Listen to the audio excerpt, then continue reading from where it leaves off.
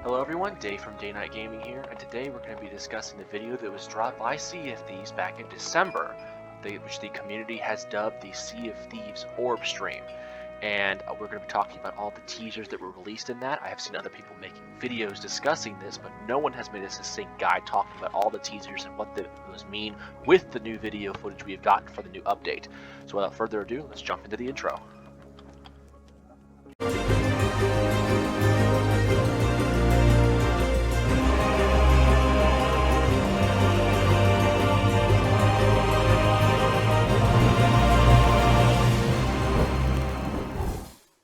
With that out of the way, I will be discussing each teaser individually, cutting out the individual parts when we return to the tavern and see that something had changed, and I will be discussing all of those at the end. It makes it a little bit more uniform.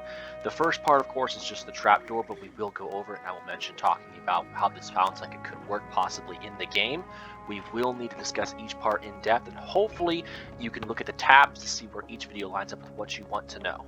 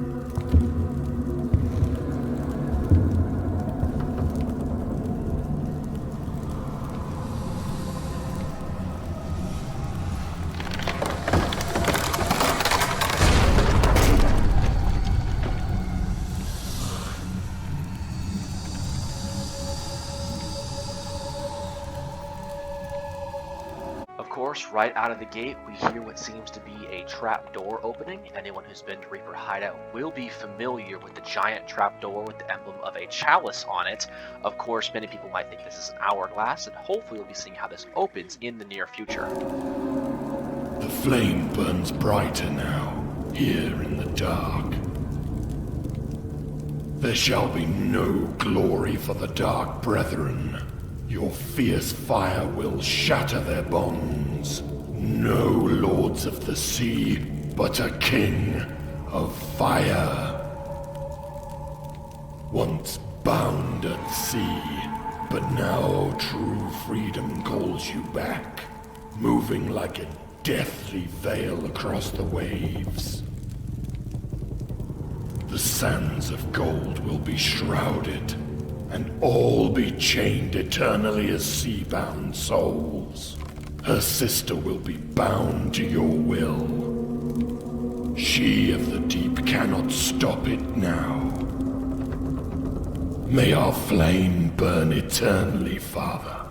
Okay, right out of the gate, we hear him talking about how a flame burns brighter in the dark, and that seems just to be a syllogism of Flameheart's growing glory and brightness in the depths of all the different things that he views as wrought in the Sea of Thieves. That out of the way, we will discuss each part, but the next part just talks about the Dark Brethren, how they will be dismantled, very straightforward stuff. Interestingly, he talks about the sands of gold. Many people thought this was referring to the shores of gold, but I think it refers to golden sand. The Sea of Thieves is a wondrous place, where there are always new stories to tell. We also hear about Flameheart talking about how true freedom will allow the one who is bound at sea to move like a deathly veil. Now, where have we seen a deathly veil?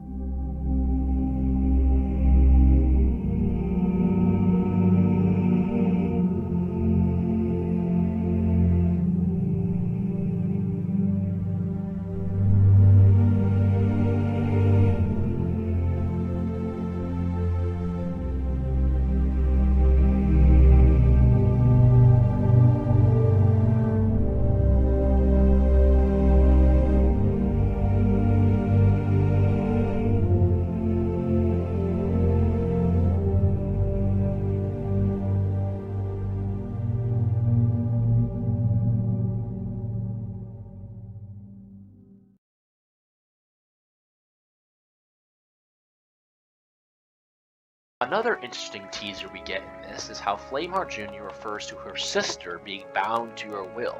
Now, any of you who don't know, Wanda the Warsmith, who betrayed Flameheart, has a sister whose name is spelled Wonda, and her sister lived at Golden Sands Outpost.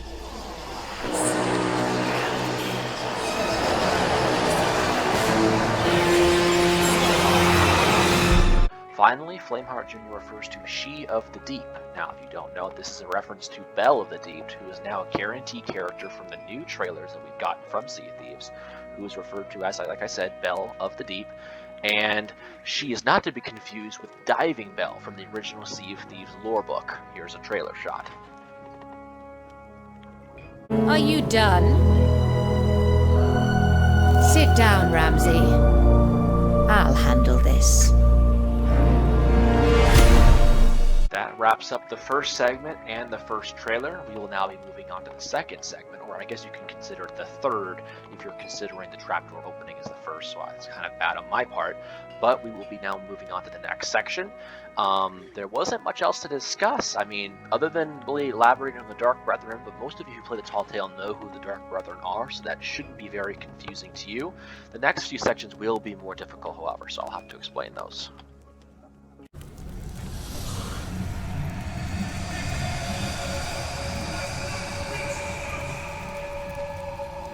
Memories can be harnessed and focused, bent to your will.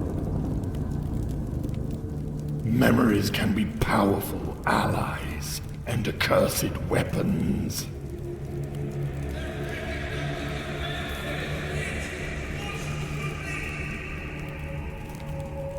Your king is dead in the world beyond. Long live the king. He shall give you freedom unchained and life everlasting, endless riches vast. Bring your forts of stone and bow to the blade of fire. Of course, you hear the ghostly, I guess you consider echoes, which are more memories, and I believe those are Spanish soldiers.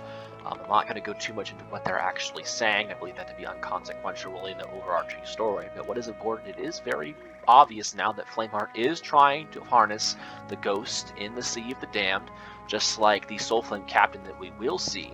Interestingly is how he talks about forts of stone, which we do know are coming to the Sea of Thieves.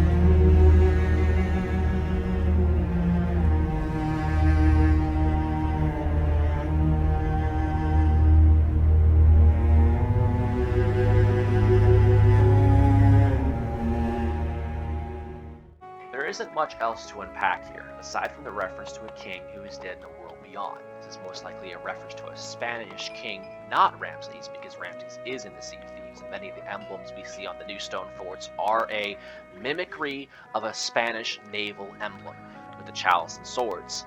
Aside from that, there's not many other references. I mean, the Spanish voices we hear are most likely Spanish soldiers in service of the king, and now they follow Flameheart as the King of Fire.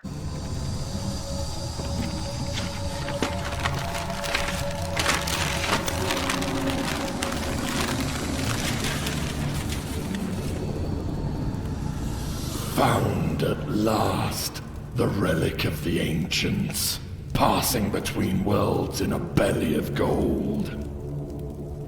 The hunter is broken, and his ship is no more. It is ours, Father. Finally, we will break the seals and the Reaper's chest will open. The soul flames will burn once more and weaken the veil between. Tides will turn once the relic is ours. Memories into bones. Will into iron. Souls into life. You will arise into a new pirate life as our king for a new dawn. There's a lot to unpack in here. Of course, one of the biggest things is the Relic of the Ancients, which I believe to be the Veil of the Ancients that we saw in the Sea of Thieves trailers. This is an item that they say has been passing between worlds and Belly of Gold. This could be a reference to us using it. If you don't know, the Belly of Gold is the catacombs that you go through in the final tall tale where you face off against the Gold Hoarder. I will show a clip of this, but there is so much more that we need to unpack.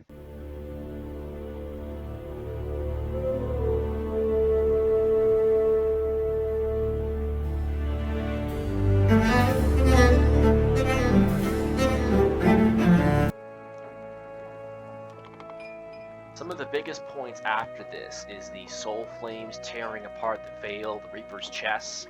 The soul flame, we see the lantern and seems to be weakening the veil between the worlds. The Reaper's chest, if you don't know, when we were opening them, there's a picture people got of an open Reaper's chest. There are bones inside, and it talks about all the different transformations from inanimate to animated objects. And I believe this means that Flameheart is trying to raise an army using the Reaper's chests and imbuing them with spirits from the Sea of the Damned. Finally, the last two references are to the Hunter and his ship. Many think this is Merrick and his ship, which was used to create the Reaper hideout. That's a plausible example, but there are other references, but I won't go into those. And finally, it talks about the king arising to a new dawn, and I think this is a reference to Flameheart somehow coming back, not just being in this ghostly veil, but being in a physical body. That's hard to say, but that seems to be what they're going for with this whole plot, and it's very moving.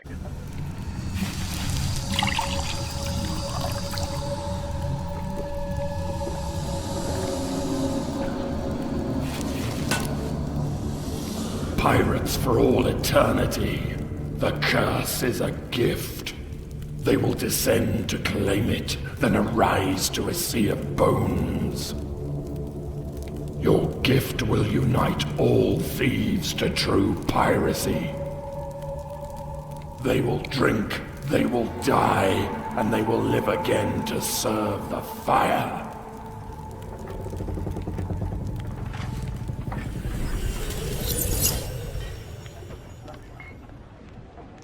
Whew, man, that's a lot.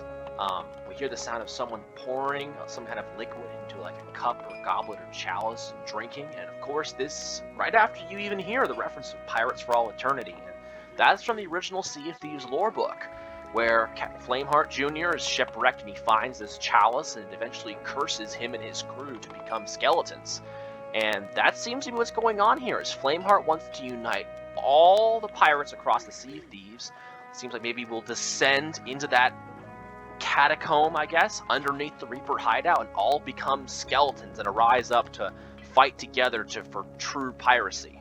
Now, you have to keep in mind, Flameheart's concept of true piracy is no alliances, no one working together, just everyone fighting, every man for himself, and it's kind of the concept that Jack originally had as a pirate, take everything you can and give nothing back, and that's really what Flameheart believes, and that's what his son seems to believe, and they want to create their own faction, which is what people have been hoping for, of two different factions, the Pirate Lord and his, I guess you could say, pirate legends, all fighting against Flameheart and his skeleton captains, and it's really just complete polar opposites of one another. And it's going to be interesting to see how Rare takes this, because there's so many different ways that they could create kind of a, similar to how Sea of Thieves France was creating this whole concept of competing alliances and groups working together but still fighting and taking on threats and then turning on each other. It's so in-depth that it takes a lot, but if they can pull this off,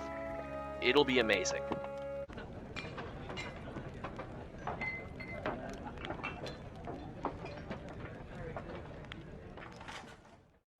Okay, this is back in the tavern after all this, I guess you could call them sneak peeks have been revealed. We have Bell in the back, which we already know about. We have the Spanish Conquistador helmets, which verify that this is Spanish soldiers. We have the mask, the Veil of the Ancients with the Reaper chest, which verifies our original theory, I'm hoping, on that. And we have the final rune, which says Pirates for All Eternity, which is, like I said, a reference, and it seems like all the things we talked about in this video are coming to fruition, and we will have, hopefully, what we've desired of a competing companies, all these new tales. It's all shaping up to be really amazing how intrinsic they can bring all these different concepts together into this final cohesion. But we must remember that Flameheart's been here for a long time, and it's not going to be some simple plan. So most of what I'm saying probably isn't going to be true, but it's fun to speculate on. But you have to remember that he's had a long time. He's been away. I mean, we knew about it back in the E3 trailer reveal, and he's not coming with just some half-made plan. It's going to be mind-blowing what Rare will do, and I'm confident that they will blow us away.